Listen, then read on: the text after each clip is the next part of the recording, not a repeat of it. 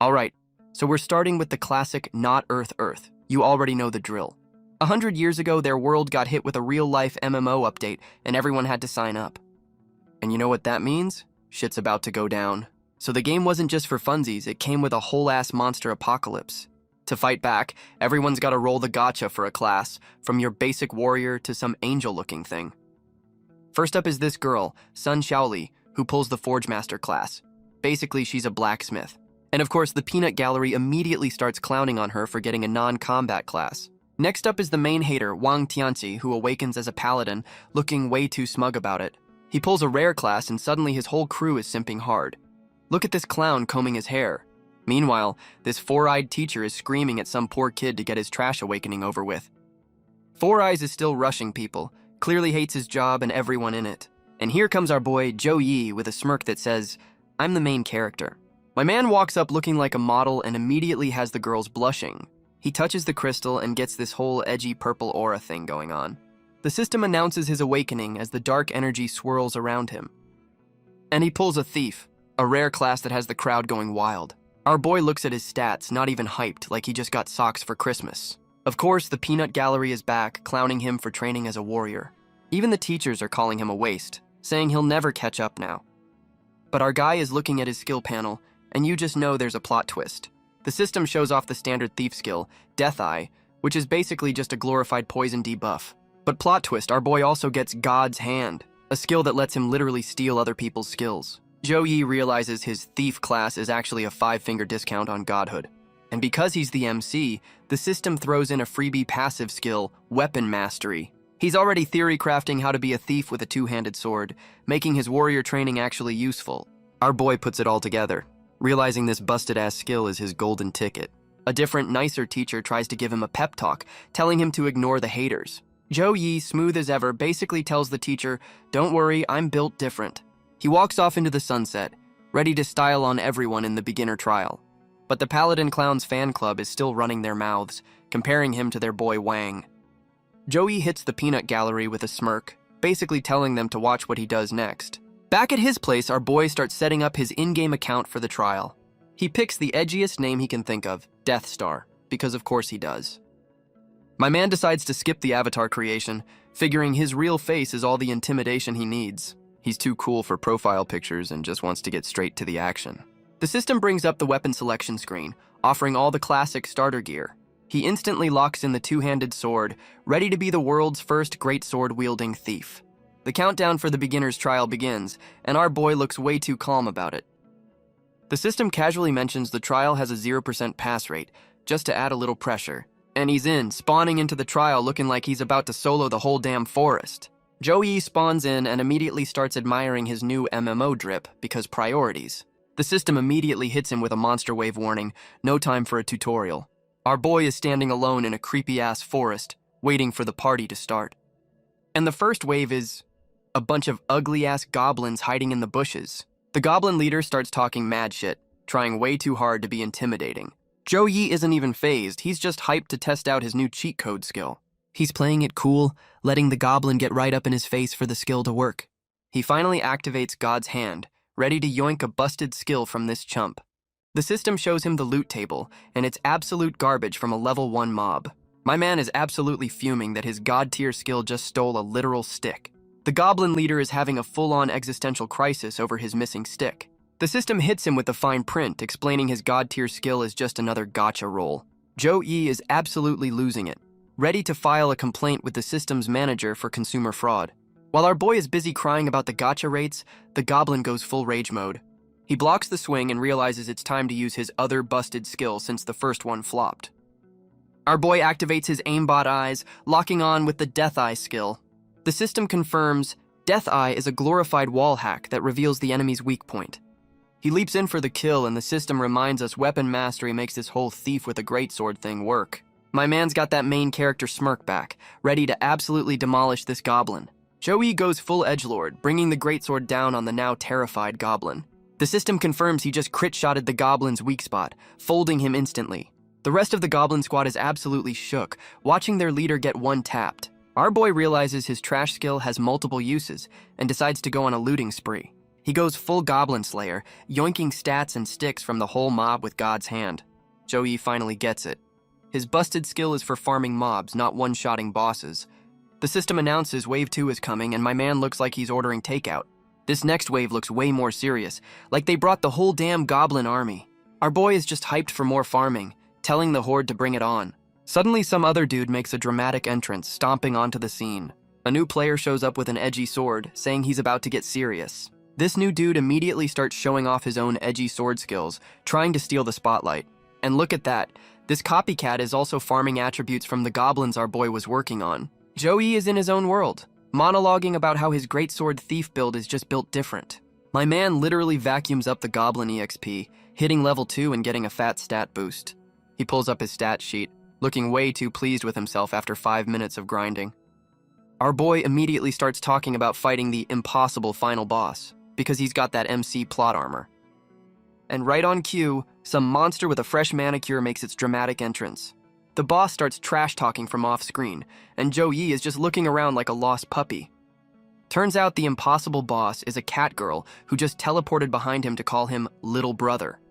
The system reveals she's a level 10 demon who's already trying to flirt fight with our boy. Joey gets absolutely blitzed by the cat girl boss, barely dodging her surprise attack. The demon cat girl gets right in his face, clowning him for his greatsword thief build. Our boy is just dead silent, completely offended that she called him a little thief. He wastes no time and immediately hits her with the 5-finger discount, activating God's hand. My man's thinking he's gotta yoink something good while she's busy running her mouth. She's completely unfazed, not realizing he just pickpocketed her on a metaphysical level. He actually stole a ring, but is still salty about his gotcha luck after getting that goblin stick. The cat girl finally realizes her bling is gone and goes feral while our boy plays dumb. He checks the loot, but his skill is on cooldown, and he knows he's only got one more shot. With his main gimmick on a timer, our boy's only plan is to stall this demon cat girl. Joey starts his stall tactic by sweet-talking the demon cat girl about the ring he just stole. And of course, the demon cat girl immediately falls for it, getting all flustered by the compliments. Our boy drops the act and hits her with the Finder's Keepers, refusing to give back his loot. He's just trying to bait her into range while waiting for his God's Hand cooldown to finish. The cat girl finally realizes she's being clowned on and starts getting seriously pissed off. She goes full berserk mode, getting a massive stat buff that even has our boy sweating a little. But Joey has that main character plot armor smirk, like he's got a plan for this.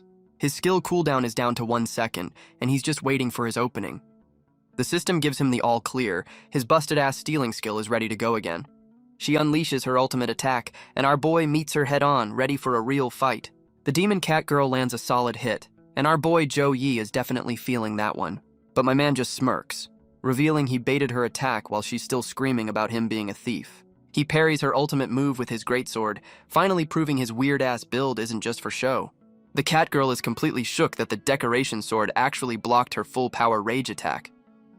Joey hits her with a cold stare, thinking he's finally got her in perfect range for the real plan. With the cooldown finally over, our boy activates God's Hand for the second time, ready for the real heist. He's not aiming for another accessory this time. He's going straight for her most busted skill. And jackpot, the system confirms he just yoinked her ultimate move, 10 steps, 1 fatal strike. The cat girl is having a full-on meltdown, wondering why her ultimate skill suddenly got uninstalled. Joey pops up behind her with a new blindfold, about to hit her with her own signature move. He stacks his aimbot, Death Eye, with a damage buff, getting ready to absolutely end her career. His aimbot eye locks onto her weak spot, and you just know this is going to be a one-shot kill. The cat girl is absolutely bugging out, finally realizing he's about to hit her with her own move. She sees him in her reflection, looking way too calm about using a stolen ultimate for the first time. He hits her with her own ultimate, stacked with his aimbot, for a casual 9999 crit damage. The cat girl goes full villain monologue, screaming impossible as she gets deleted from the server. And just like that, our boy is standing over the impossible boss he just folded with her own move. She's still trying to process how a thief just broke the entire game's class system right in front of her. Joey hits her with the coldest name drop, revealing his edgy-ass IGN is Death Star. The system announces the impossible boss is dead, confirming our boy just cleared the 0% pass rate trial. Our boy is already patting himself on the back, analyzing how his busted skill combo just broke the game. The system rewards him for being the first to clear the 0% trial with a forbidden loot box. And just like that, the server-wide announcement has the whole player base simping for Death Star. Meanwhile, in some edgy-ass cathedral, a new villain faction makes its grand, evil-laughing entrance. This new psycho with the crazy eye is already obsessed with our boy's IGN. The cult leader starts screaming about sacrificing Zhou Yi to resurrect their Dark Lord. Typical Tuesday.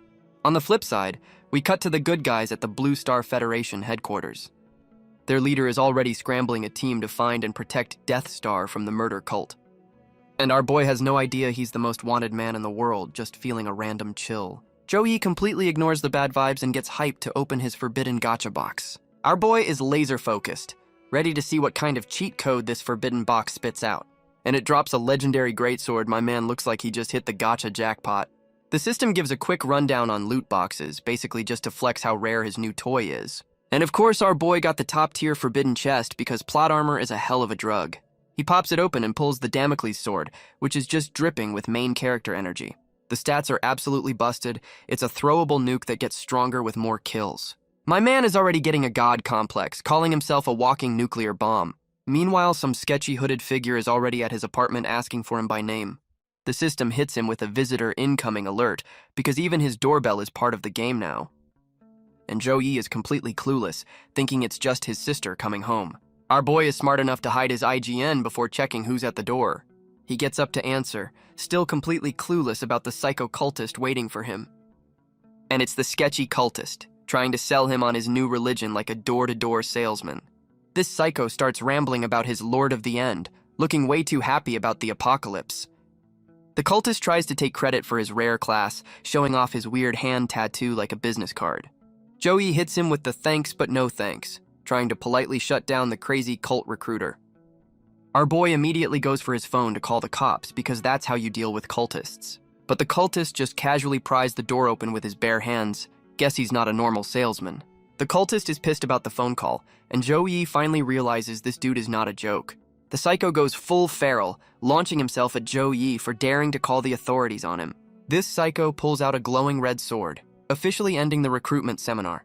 He goes full crazy eyes, screaming about sending our boy to meet his Dark Lord.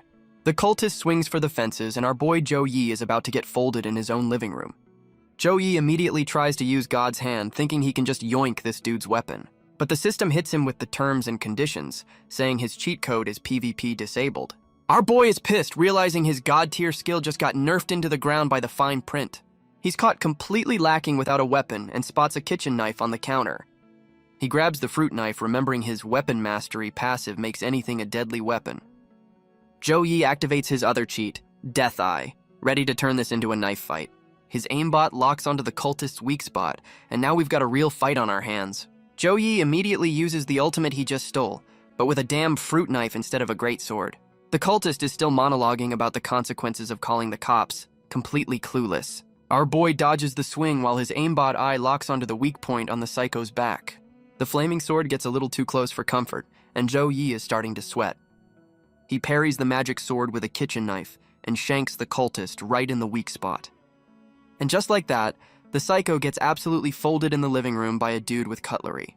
The cavalry finally arrives, a whole-ass special ops team asking if he's okay after he did all the work. The new good guy squad confirms the kill and starts cleaning up the scene like a professional murder janitor service. The squad leader gives our boy a ride and a lecture about being weak, telling him to call them next time. And just when things couldn't get weirder, his sister shows up looking like a titan from across the street. The sister finally arrives, looking worried about the special ops team hanging around her brother's apartment.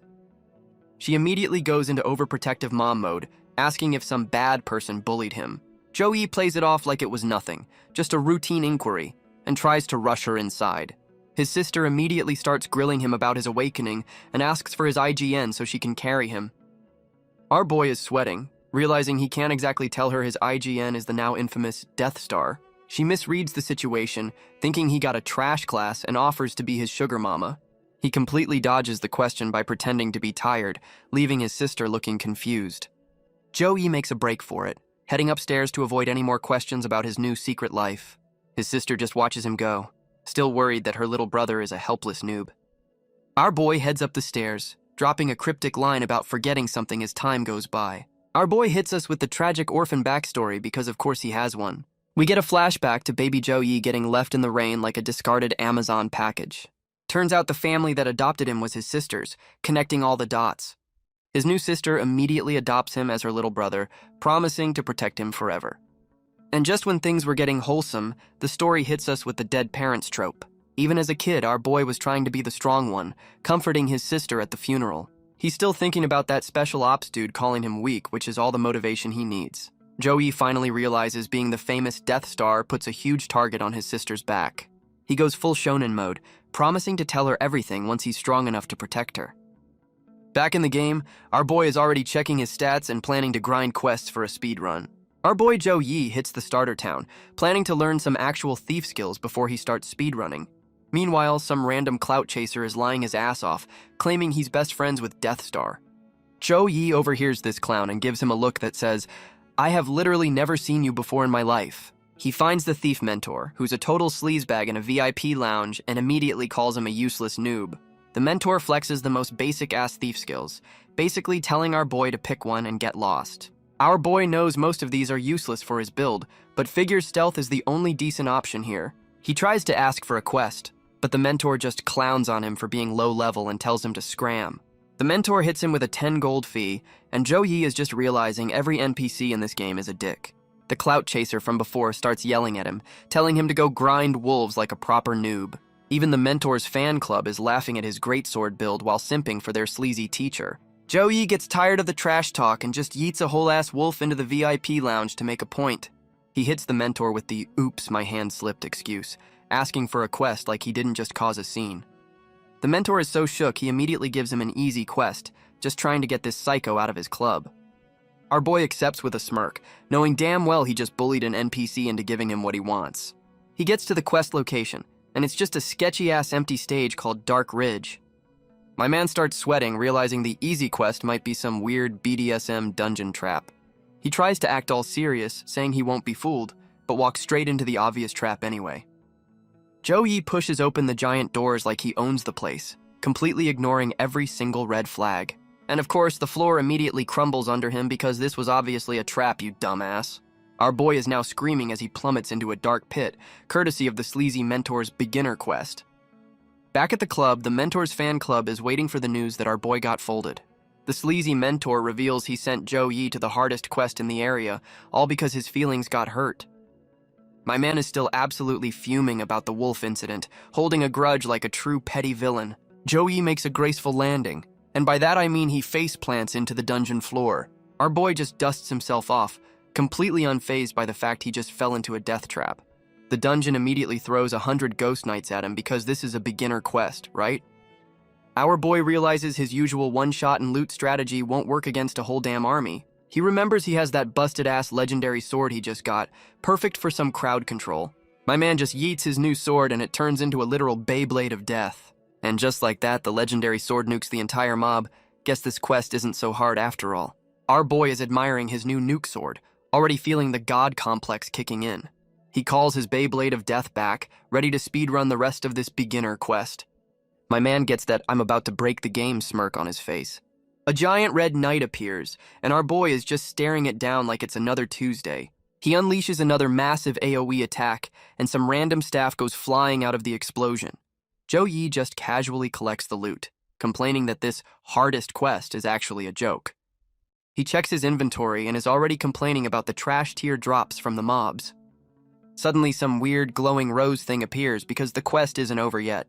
Turns out the rose came from a two-headed skeleton boss, and our boy is just standing on its shoulder. The boss finally notices him, hitting him with the classic "you killed my guys" villain line. The two-headed skeleton boss goes full rage mode, screaming about making our boy pay with his life. Joey hits him with the MC smirk, basically telling the boss to bring it on if he's got the skills. Our boy finally uses an actual thief skill, activating stealth to get the drop on this chump. The boss is completely bamboozled, wondering where the hell his opponent just went. This big dumb skeleton is still looking around, completely clueless that he's about to get played. Joe Yi pops up on his head and immediately goes for the 5-finger discount with God's hand. The system confirms the steal and our boy is checking out his new loot. He just yoinked a disguise mask, which is the perfect plot device for hiding his famous IGN. The boss finally realizes he's been robbed mid-fight and starts having a complete meltdown. Our boy is already backing away with his new toy while the boss is still throwing a tantrum. The two-headed boss starts having a full-on meltdown, screaming that it's about to unleash its final form. The skeleton literally smashes its two halves together to become one single edgy-ass knight. Our boy Joe-Yi is just watching this whole power-up sequence like he's waiting for a cutscene to end.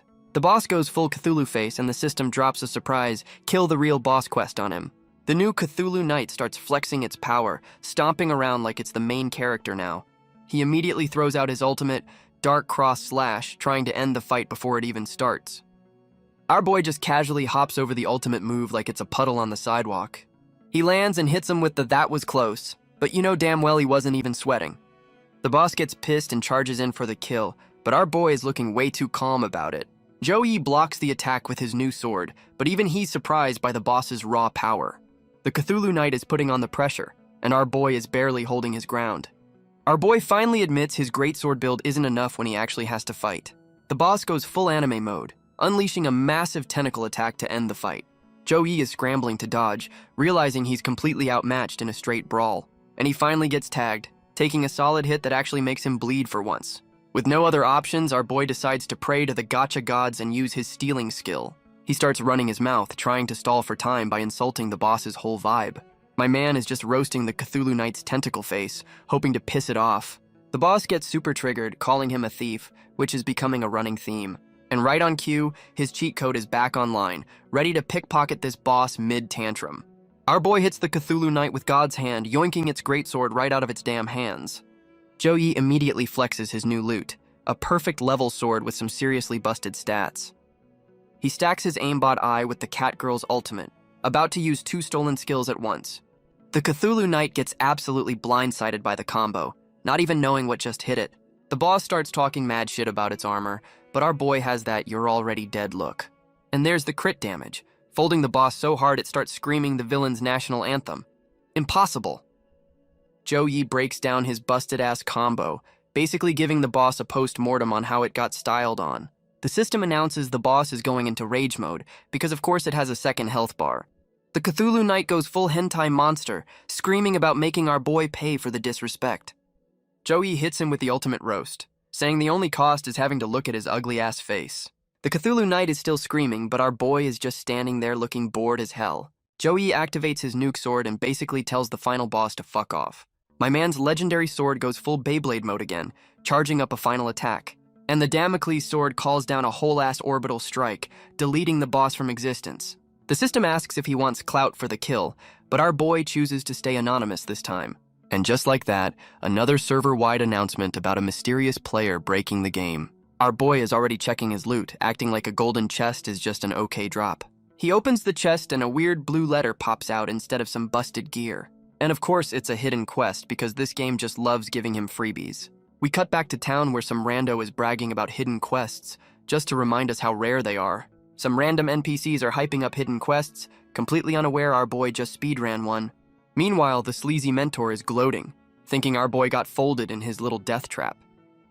And right on cue, Joe-Yi kicks the door in like a main character, making the whole club jump.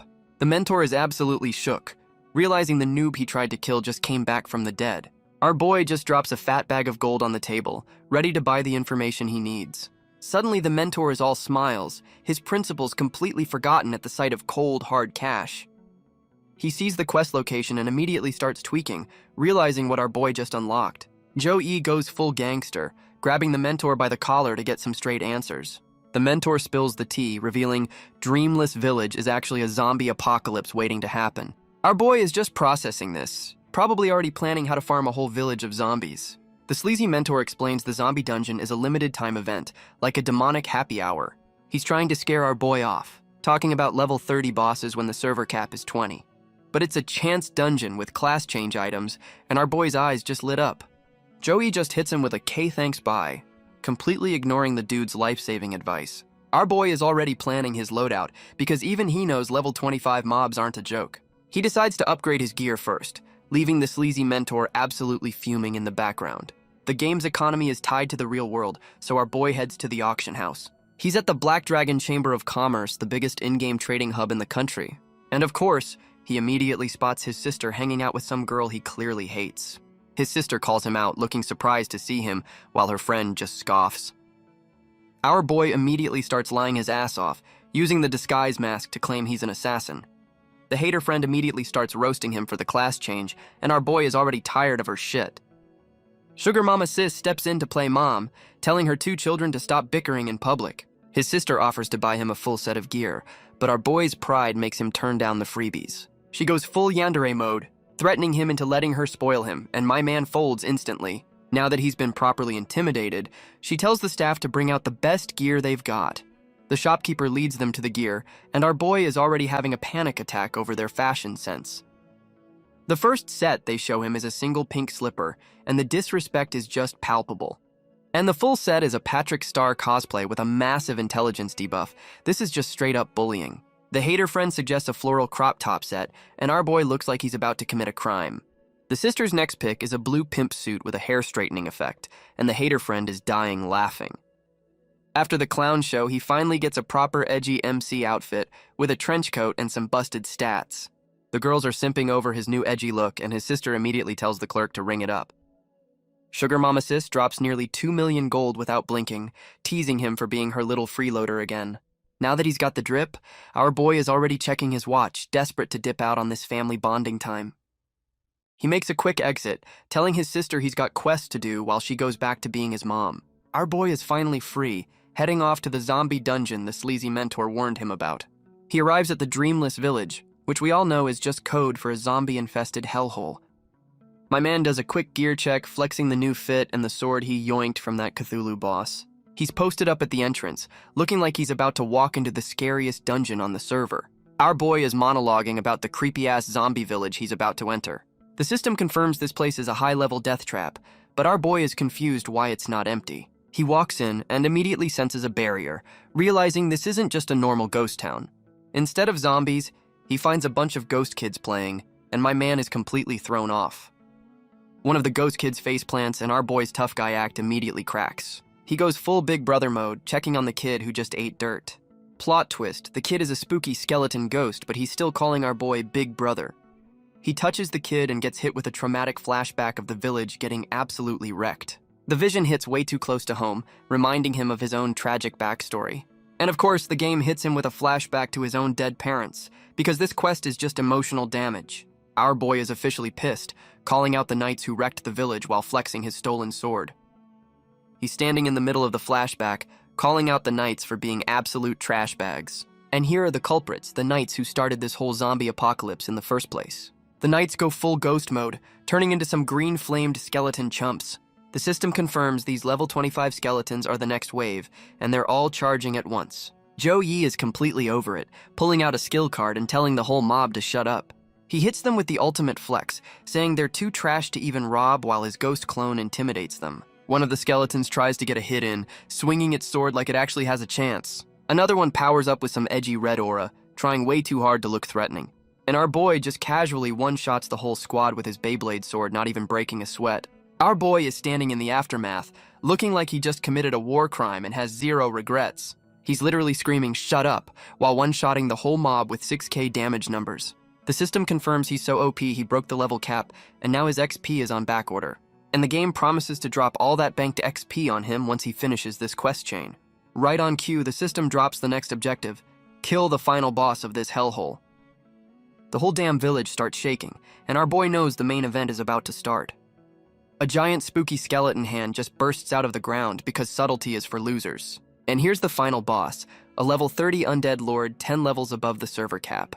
This chump immediately starts monologuing about being an immortal lord, like we haven't heard that one before. The boss locks onto our boy through its chest orb, but Joe Yi is just staring back unimpressed. Our boy stacks his stolen ultimate with his aimbot eye, about to delete this chump from the server. He hits the boss with a cold-ass one-liner, telling it to stay in the grave where it belongs. And just like that, the level 30 boss gets absolutely folded by a single combo. The system drops 2 items, and my man is already checking out his new bling. The bracelet lets him summon his own skeleton buddy, because why not add Necromancer to the build?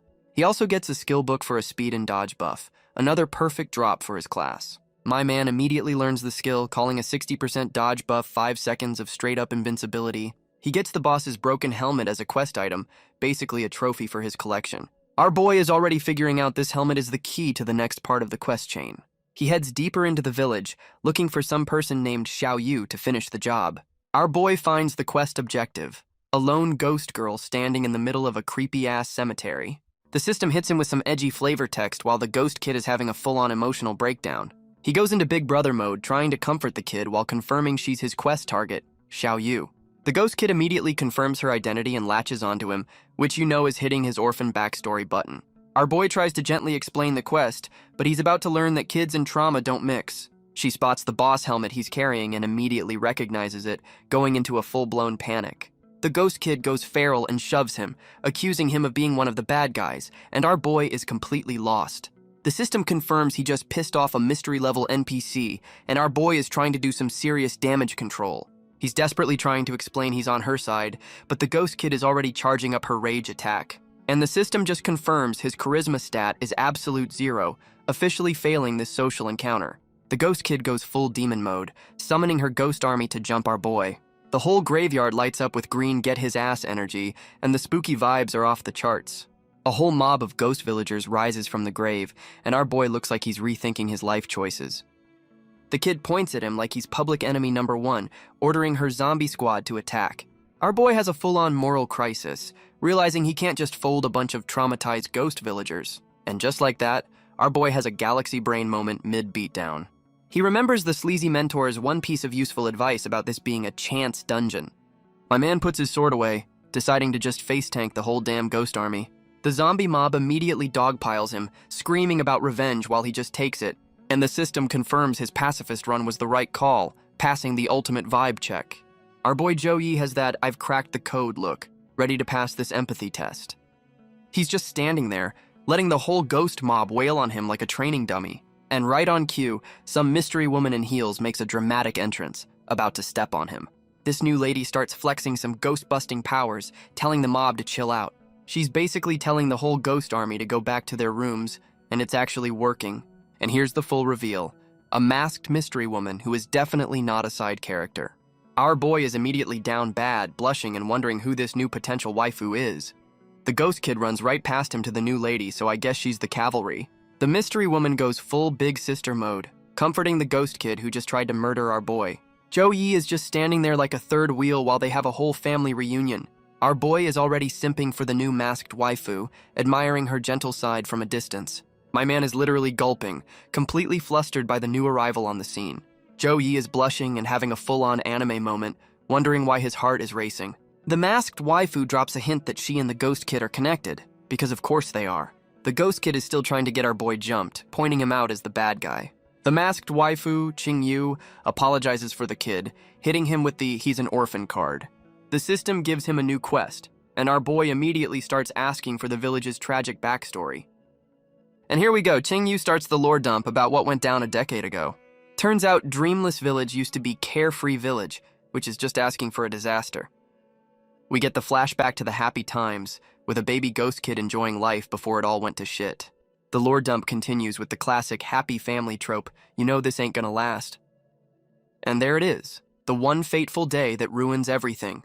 Classic tragic backstory 101. The family finds some beat-up knight, and the kid's good heart is about to get them all killed. Turns out the knight they saved was just a trash bag in disguise, and this is where it all goes wrong. Our boy puts 2 and 2 together, realizing he just avenged them without even knowing it. The masked waifu confirms the knights were ungrateful assholes who repaid kindness with a full-on massacre. The ghost kid is having a full-on meltdown, blaming herself for trying to be a good person. So the whole village is stuck in a ghost loop because of this kid's trauma. Damn, that's heavy. The system just hits him with the sadness overload alert because even the game feels bad for her. And all that trauma just triggered her berserk mode because this quest just keeps getting worse. The masked waifu, Qingyu, tells our boy to dip before he gets permanently trapped in this emo storm. And the system hits him with a 1% success rate quest, basically daring him to be the main character. Joey is completely shook as the whole area gets swallowed by the kid's rage quit energy. The ghost kid is at the center of it all, having a full-on emotional meltdown that's breaking the server. Qingyu tries to get to the kid, but the bad vibes are literally pushing her away. Our boy grabs the masked waifu, basically asking if she's really gonna let him leave her behind. He goes full hero mode, saying he can't let this kid become another mindless mob for him to farm. My man tells her to stay put. He's about to solo this 1% chance mission like a true gamer. He starts walking into the storm, and even he looks like he's immediately regretting this decision. The masked waifu is impressed by his dumbass heroics, while our boy pulls out the blindfold for a dramatic power-up. Our boy is tanking the emo storm, blindfold on, ready to drop some therapy instead of an ultimate. He hits the ghost kid with the "I've got mail" line, pulling out the letter he looted earlier. He explains he folded the trash bag night, and this letter is basically the villain's diary. The ghost kid reads the letter and finally gets confirmation that the whole massacre was planned from the start. Our boy hits her with the "it's not your fault" speech, finally putting his orphan backstory to good use. And just like that, the therapy session works and the ghost kid is ready to log off for good. The kid ascends to the great server in the sky, and the whole emo dungeon turns into a light show. The masked waifu is just watching, probably impressed that his solution was talking instead of stabbing. She gives our boy a proper thank you, and you know he's adding her to the potential waifu list. And we get a random-ass desert sunset, because I guess this emotional roller coaster is officially over. The masked waifu suggests they leave the village in peace, ending this emotional damage side quest. She offers our boy a thank you gift, and you know it's going to be another game-breaking item. It's a class change item for a Reaper, because of course his build needs to get even edgier.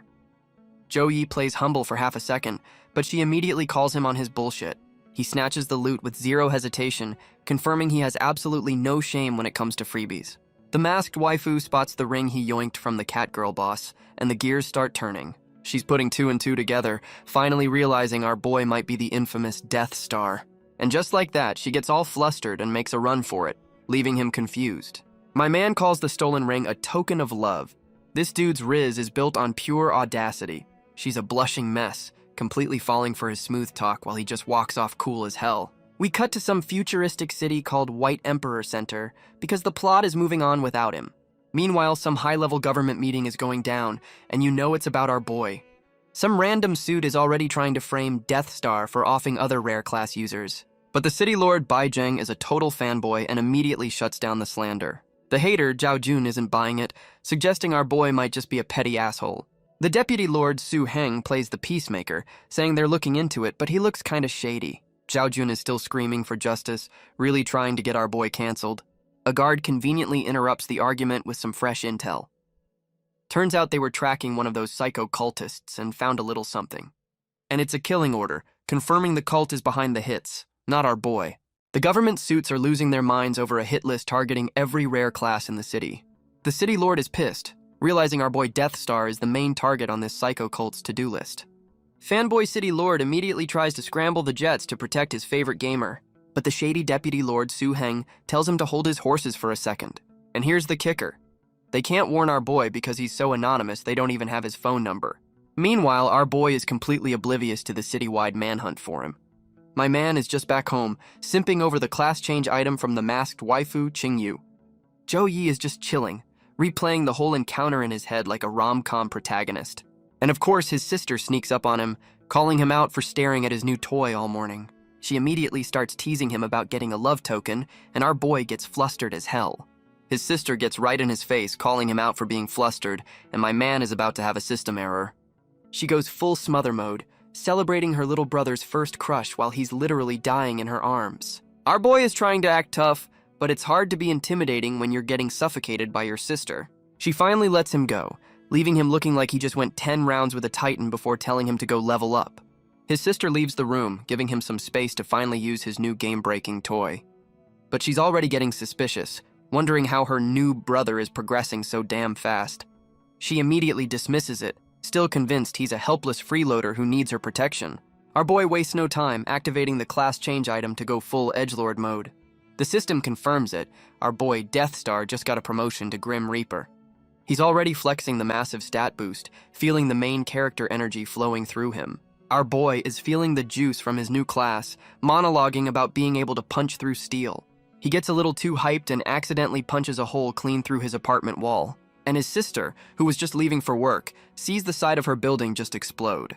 She's screaming at him through the hole about her flowers, threatening his breakfast privileges. He peeks through his new custom window to ask where she's going, and she just yells, "Work," at him. Our boy checks his stats and immediately starts complaining about his low intelligence, blaming the class for it.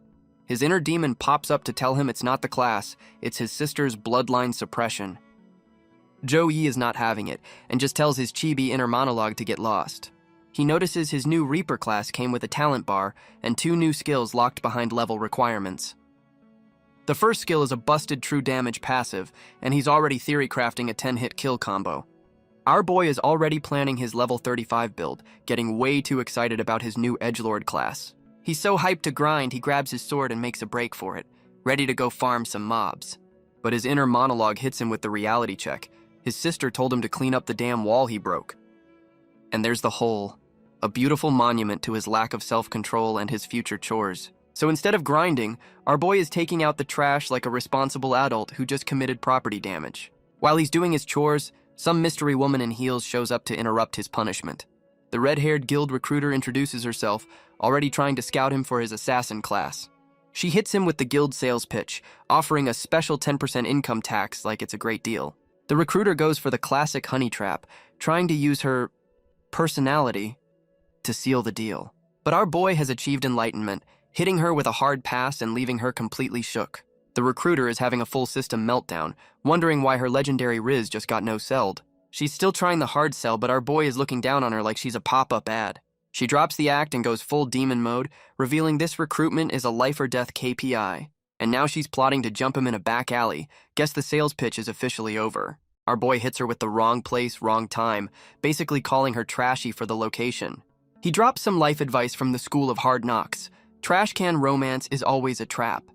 He uses his sister as an excuse, and the recruiter immediately tries to neg him about nepotism. And our boy drops the ultimate reverse card, revealing his sister is dating the guild president. The recruiter is officially intrigued by this plot twist, putting him on her to-do later list. And we cut to a level 30 zone, because our boy's about to go grind after that weird-ass encounter. Our boy's B-Blade sword is just mowing down mobs like he's farming in a Diablo game. Meanwhile, some random player is having his main character moment, about to finish off a turtle boss. And Joe-Yi just drops a nuke on the turtle from off-screen, completely stealing the kill. The rando is absolutely losing his mind, screaming about his kill getting yoinked at the last second. The whole server is just watching our boy farm the entire zone, complaining that he's stealing all the XP.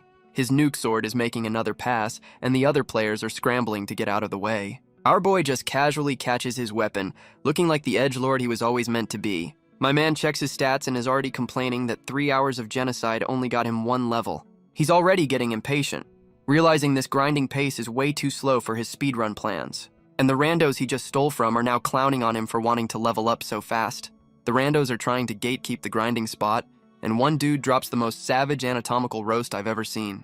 Our boy hits them with the "it's a public area" logic, basically telling them to get good or get lost. The main rando pulls the guild card, trying to claim a public zone like he's planting a flag. And just like that, the whole clown squad decides to jump him for the crime of being better at the game. My man just smirks as his eye glows. You know he's about to teach these chumps a very painful lesson.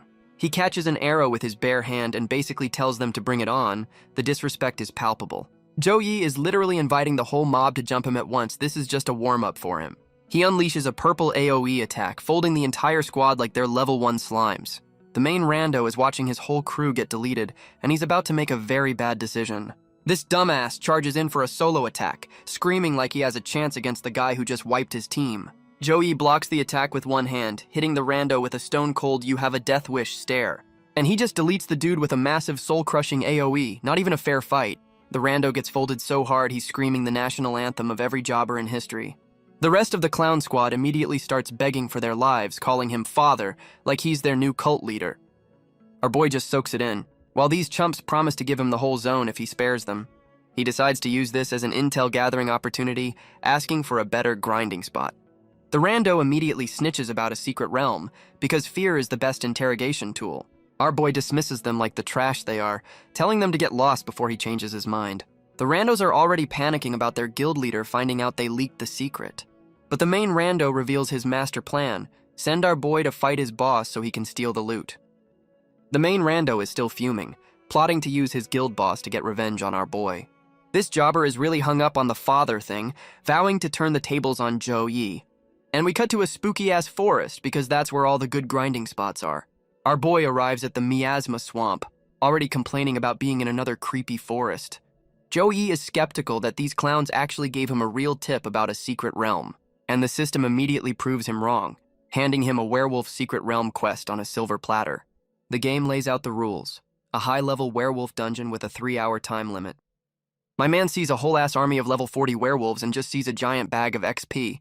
He calls this death trap the perfect training ground and immediately starts charging up an AoE. The system clock is already running as our boy gets ready to speedrun this entire dungeon. Our boy speedruns the whole dungeon and is already complaining that it was too easy for him. He's trying to act all pessimistic, pretending the rewards are going to be absolute garbage. And of course, the game immediately proves him wrong, leaving him completely shook. The dungeon just dropped a whole-ass loot crate on him, and my man is geeking out over his new toys. A giant crystal just drops out of the sky, probably the dungeon's save point or something. My man is already having suffering from success problems, complaining his inventory is full of loot. Time for some inventory management, deciding what to keep and what to scrap for parts. He's already melting down the new weapons, deciding they're not good enough for his main loadout. He's selling off the armor drops too, because if it's not legendary, it's just vendor trash. And after all that, he gets a massive level boost, unlocking new skills and cashing in his loot. He unlocks a new skill called Death Crow, because his build wasn't edgy enough already. It's a busted AoE stun that can't be blocked, and our boy is already itching to test it out. And speak of the devil, some chump shows up to interrupt his theory crafting session.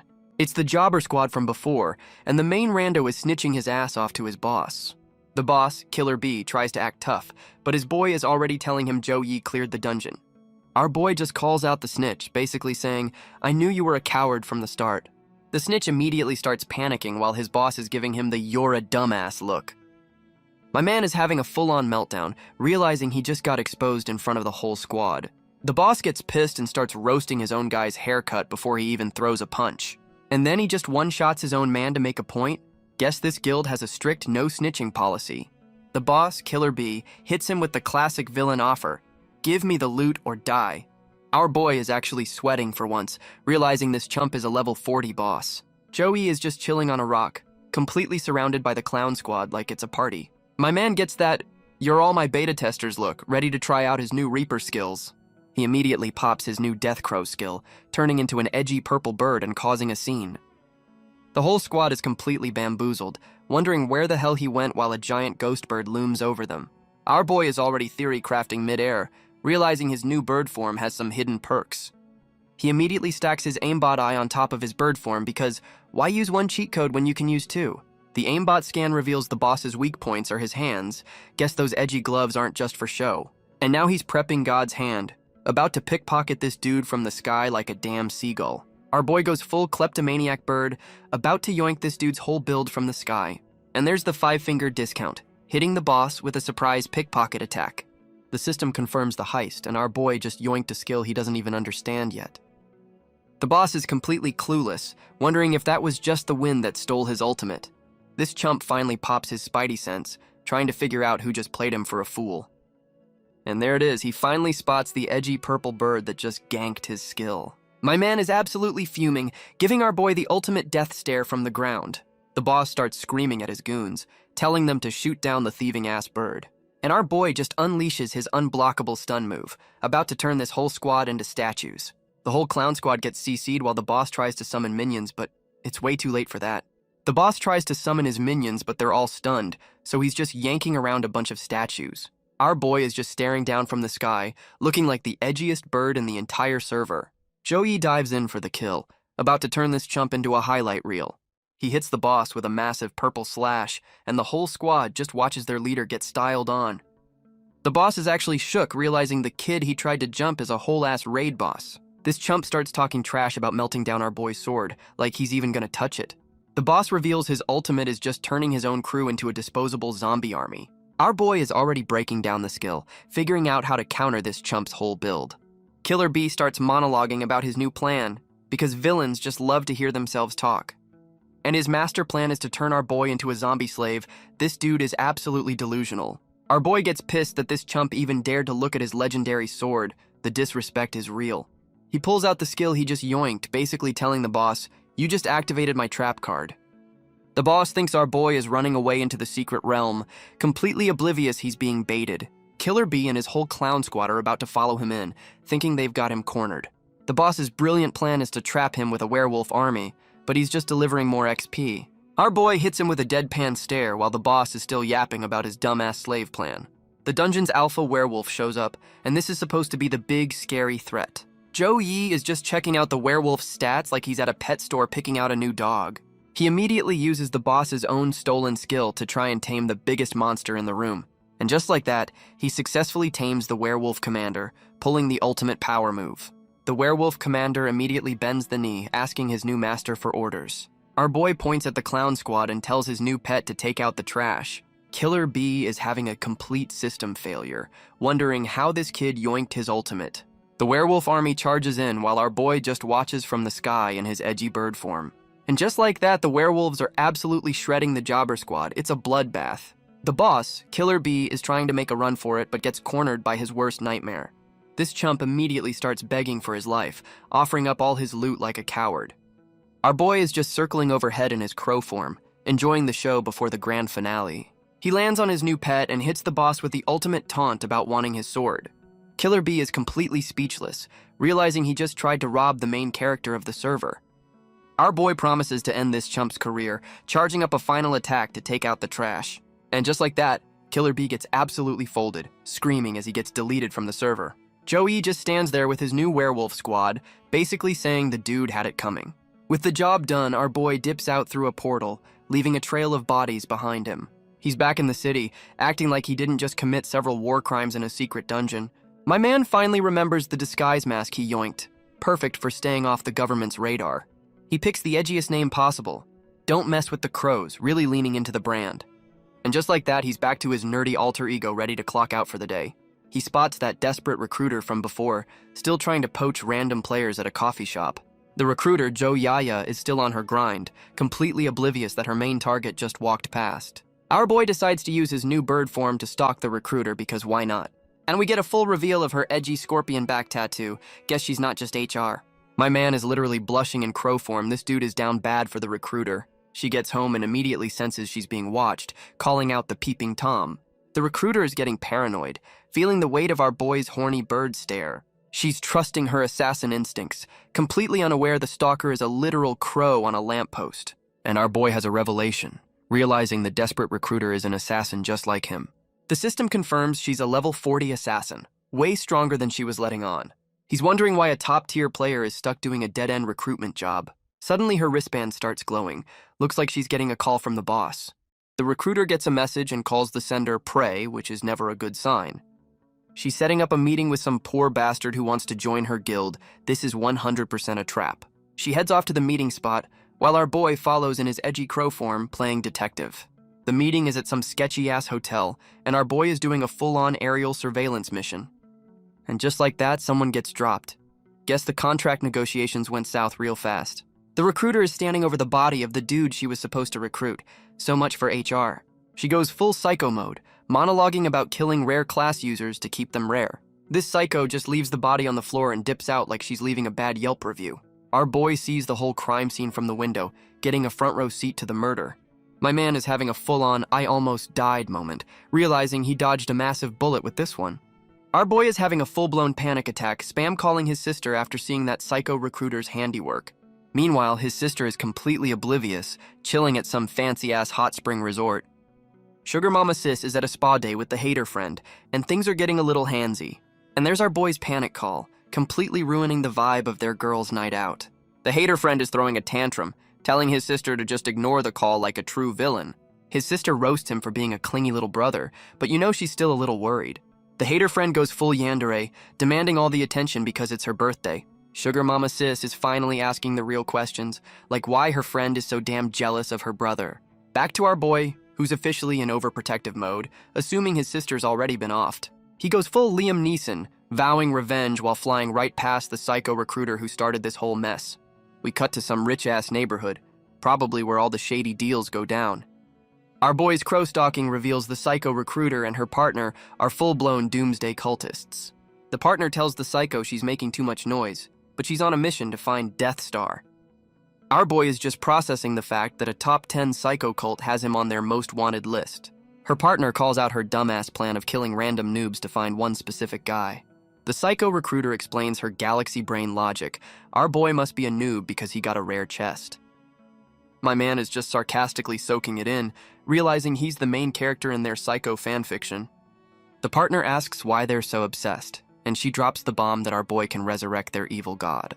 But the psycho recruiter reveals she doesn't give a damn about their god, she just wants the loot for herself. And now her partner is getting greedy too, already planning a coup with our boy's stolen treasure. The sketchy partner is already monologuing his master plan to backstab the psycho recruiter and keep the loot. He plays it cool, asking the psycho recruiter if she's got any leads on Death Star like he's not a snake. And she drops a damn photo of Zhou Yi, telling her partner she thinks our boy is their main target. Our boy is having a full-blown panic attack in crow form, wondering how the hell she connected the dots. Her galaxy brain logic is that since he no-selled her Riz, he must be the legendary player. The sketchy partner immediately suggests they go after his sister, and that's the one button you don't push. Our boy goes full Big Brother mode, vowing to fold these cultist clowns for even thinking about his family. He immediately chooses violence, firing a purple laser beam right at them from his edgy crow form. The psycho recruiter finally realizes the creepy-ass bird has been stalking them this whole damn time. The sketchy partner pops a defensive shield, proving he's not just some chump who talks a big game. The sketchy partner goes full rage mode, trapping them all in a murder dome and screaming at the sky. Meanwhile, some random government suits nearby hear absolutely nothing because this is a private party. The psycho recruiter immediately calls out the backstab, while our boy watches the villain team implode. She flexes her assassin class, popping a poison dragon AoE and talking mad shit for a trapped person. Our boy's crow form gets caught in the blast, realizing he's about to be collateral damage in this lover's quarrel. But the sketchy partner just face tanks the whole thing with an invincibility skill, flexing his level advantage. The psycho recruiter is absolutely livid, her ultimate got no-selled and is ready to throw hands for real.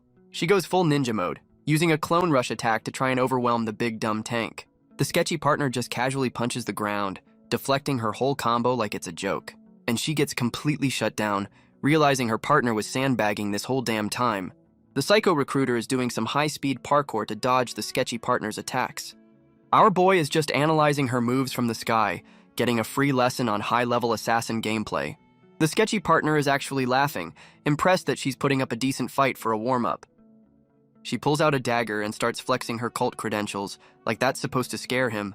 The psycho recruiter goes for a full-on blade flurry, but he's just casually parrying like it's a tutorial. She goes for a big, dramatic overhead strike, screaming like she's about to land a critical hit.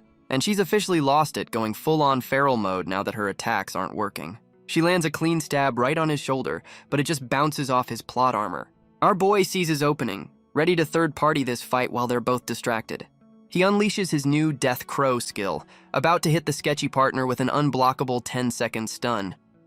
The sketchy partner thinks our boy's crow form is his backup, completely misreading the room. This chump is still trying to figure out whose pet just saved him. The ego is off the charts. And the psycho recruiter gets tagged with the 10-second stun, caught completely off guard. The sketchy partner immediately takes the assist, laughing his ass off as he goes for the backstab. He lands a clean hit, and she's more pissed about her dress getting ruined than taking the damage. The stun wears off, and she's already grabbing his sword with her bare hand, ready to choose violence. She immediately counters, shredding the sketchy partner with her own flurry of attacks. Our boy is already analyzing the fight, bummed he couldn't land a full combo on the level 40 psycho. The psycho recruiter is accusing her partner of treason, while he's just telling her to shut it. And the sketchy partner drops the bomb that he was being blackmailed this whole damn time. Our boy is having an identity crisis, realizing the psycho recruiter thinks he's the sketchy partner's pet. The psycho recruiter tries to use her charm skill, thinking she can just yoink our boy's crow form. But the sketchy partner hits her with the facts. Her cheap charm trick only works on actual players. Our boy decides to lean into the chaos, pretending to be charmed just to mess with them both. She orders her new pet to attack, and our boy unleashes a feather storm on the sketchy partner. The sketchy partner gets tagged with a 10-second stun, and our boy just keeps enabling this toxic relationship. The psycho recruiter immediately takes the assist, getting a clean hit while her partner is CC'd. But she sees our boy flying away mid-fight, and the gears in her psycho brain start turning. And just like that, she gets hit with the same feather storm, realizing she's been played for a fool. The sketchy partner is just laughing his ass off, rubbing it in that her Riz is officially useless. The sketchy partner and the psycho recruiter are still screaming at each other over some treasure, completely forgetting who started this mess. Our boy decides he's seen enough of this soap opera and prepares to drop the banhammer on both of them. Meanwhile, the fanboy city lord, Bai Zheng, shows up at some mansion asking to see the owner. The city lord and some butlers start booking it towards the backyard, probably hearing the villain team implode. and they're greeted by the murder dome lighting up the sky, confirming this is not a normal Tuesday night. Back in the dome, the two clowns are trying to negotiate a truce because backstabbing is hard work. They both see an opening to attack, completely oblivious that our boy is about to third-party them into oblivion. And here he is, our boy in his new disguise, popping his aimbot eye to add some extra salt to the wound. He drops a massive sword slash that has both cultists panicking about the new raid boss who just crashed their party.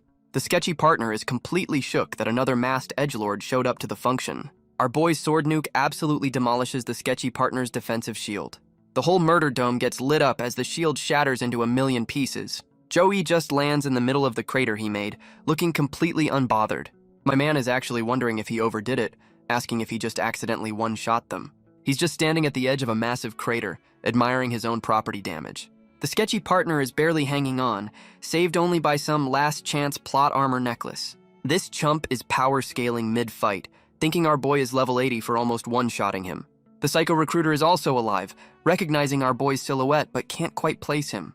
And right on cue, the fanboy city lord shows up, yelling about who's messing with his city. Some new suit shows up and drops a level 100 barrier, trapping everyone in a new, fancier dome. Our boy's got that I'm about to end this man's whole career grin on his face. He hits them with a 10-hit combo, basically turning the whole area into a blender. The new suit is losing his mind as his boss-level barrier gets deleted like a spam email. The sketchy partner is running for his life, wondering what kind of cheat code our boy is using. The new suit immediately accuses our boy of being a cultist, completely misreading the room. And the hater from the meeting, Zhao Jun, immediately starts playing the victim, denying everything. Our boy just points at the psycho recruiter, outing her as the serial killer they've been looking for. The new suit puts the hater on blast, asking why a known terrorist is chilling at his house. The hater immediately folds and throws the psycho recruiter under the bus, blaming his own greed. The new suit turns to the psycho recruiter, basically giving her a chance to snitch back. The psycho recruiter takes the fall for everyone, basically saying, "Yeah, I did it, what now?" And she immediately hits the eject button with a teleport skill, leaving them all in the dust. The new suit tries to stop her with a last-second attack, but he's way too slow on the draw. Her escape move clashes with his attack, and she's already logged off from this conversation. The government suits are left completely dumbfounded, also realizing our boy ghosted them mid-fight.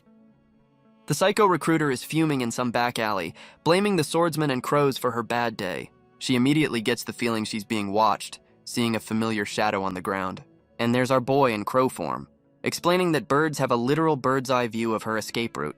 She's still not putting it together, accusing his bird form of being in league with the swordsman. Our boy's crow form hits her with the classic edgelord monologue about repaying every offense 1,000 times. The psycho recruiter gets absolutely peppered by his featherstorm, screaming empty threats as she gets folded. Meanwhile, his sister is back home, looking bored as hell waiting for him to show up for dinner. She's already assuming he's out getting laid, completely unaware he's busy committing bird-based felonies. And right on cue, the door opens, because our boy's timing is always dramatic as hell. His sister gets all excited, thinking her little freeloader is finally home for his meal. Our boy just stumbles in and faceplants into her, looking like he just saw a ghost. And we're in a full-blown nightmare sequence where some trash bag is making him choose between his sister and his waifu.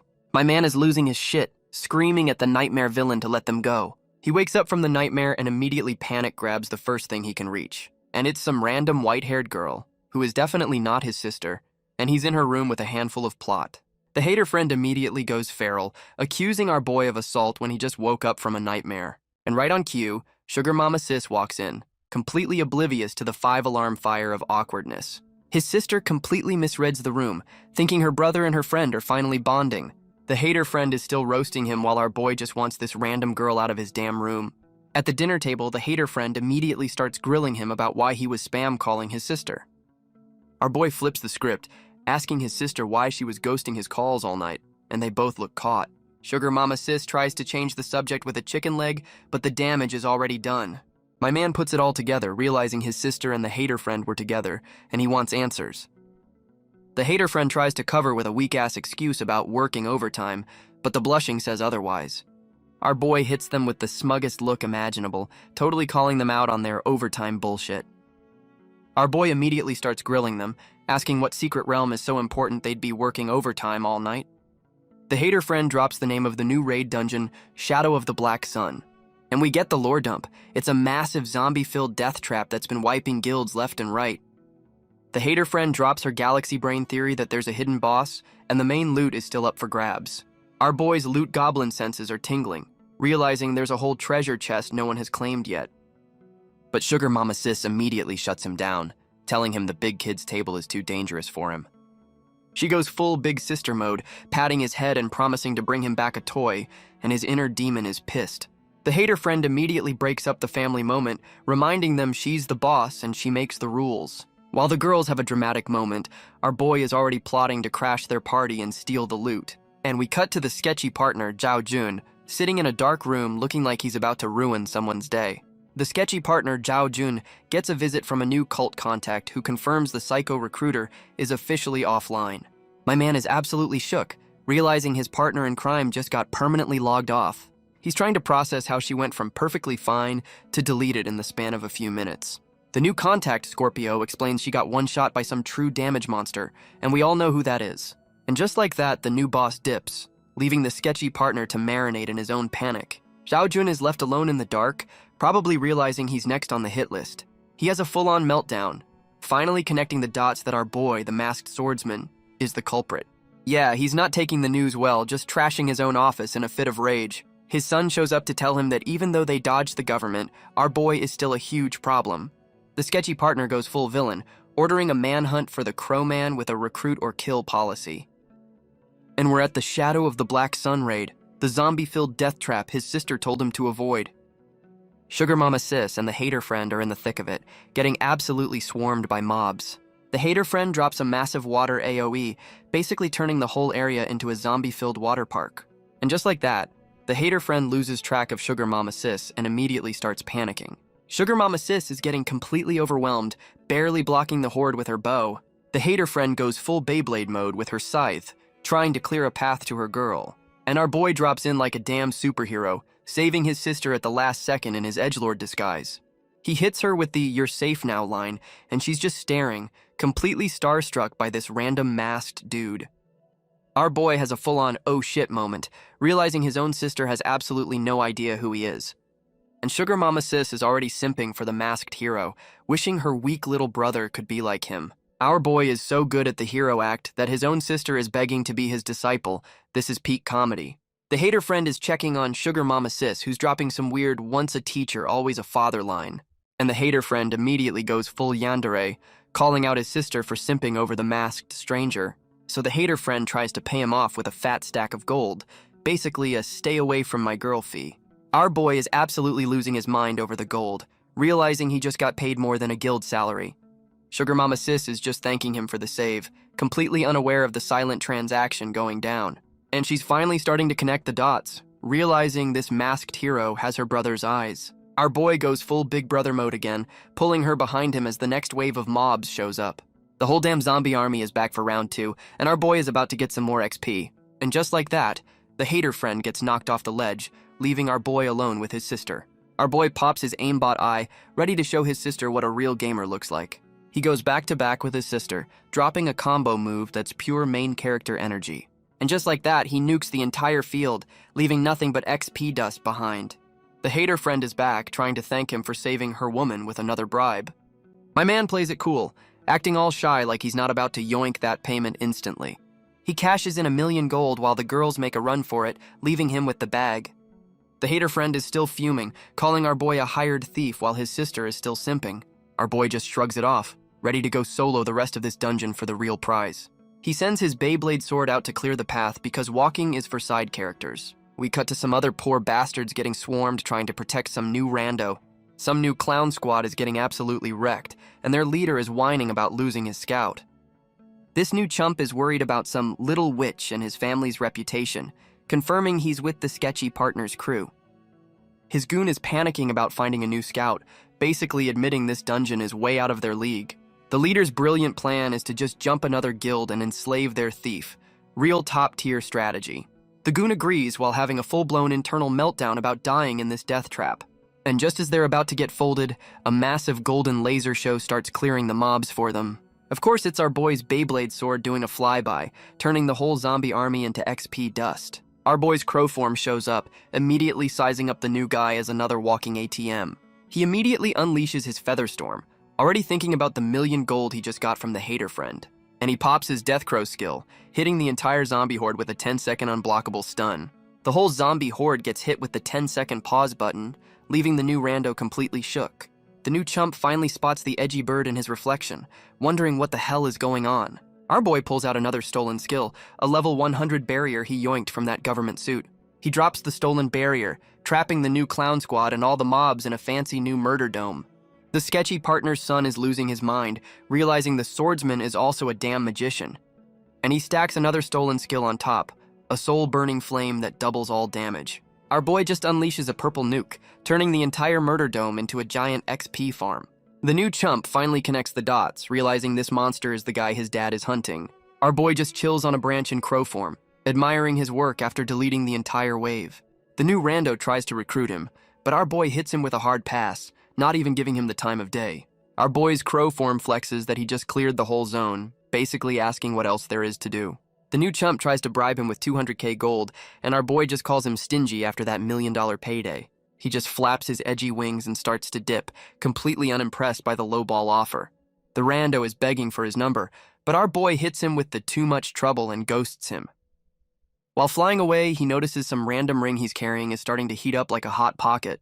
And out of nowhere, a massive energy wave tries to turn him into a purple smear on the wall. He gets caught in some kind of energy cage. Looks like the dungeon's security system just woke up. My man barely dodges, realizing he just walked into a high-level skill trap completely by accident. He recognizes the Black Moon aura, finally connecting the dots to the dungeon's name, and the system confirms it. His Hot Pocket ring is the key to summoning the hidden boss. The dungeon's security system is officially pissed, summoning the final boss in a massive energy nuke. And here's the hidden boss, a level 50 demon queen with stats that could delete a whole server. Our boy realizes the random ring he yoinked was a damn key, basically summoning this boss by accident. The demon queen is already screaming about heresy, charging up a fire attack to punish the thief.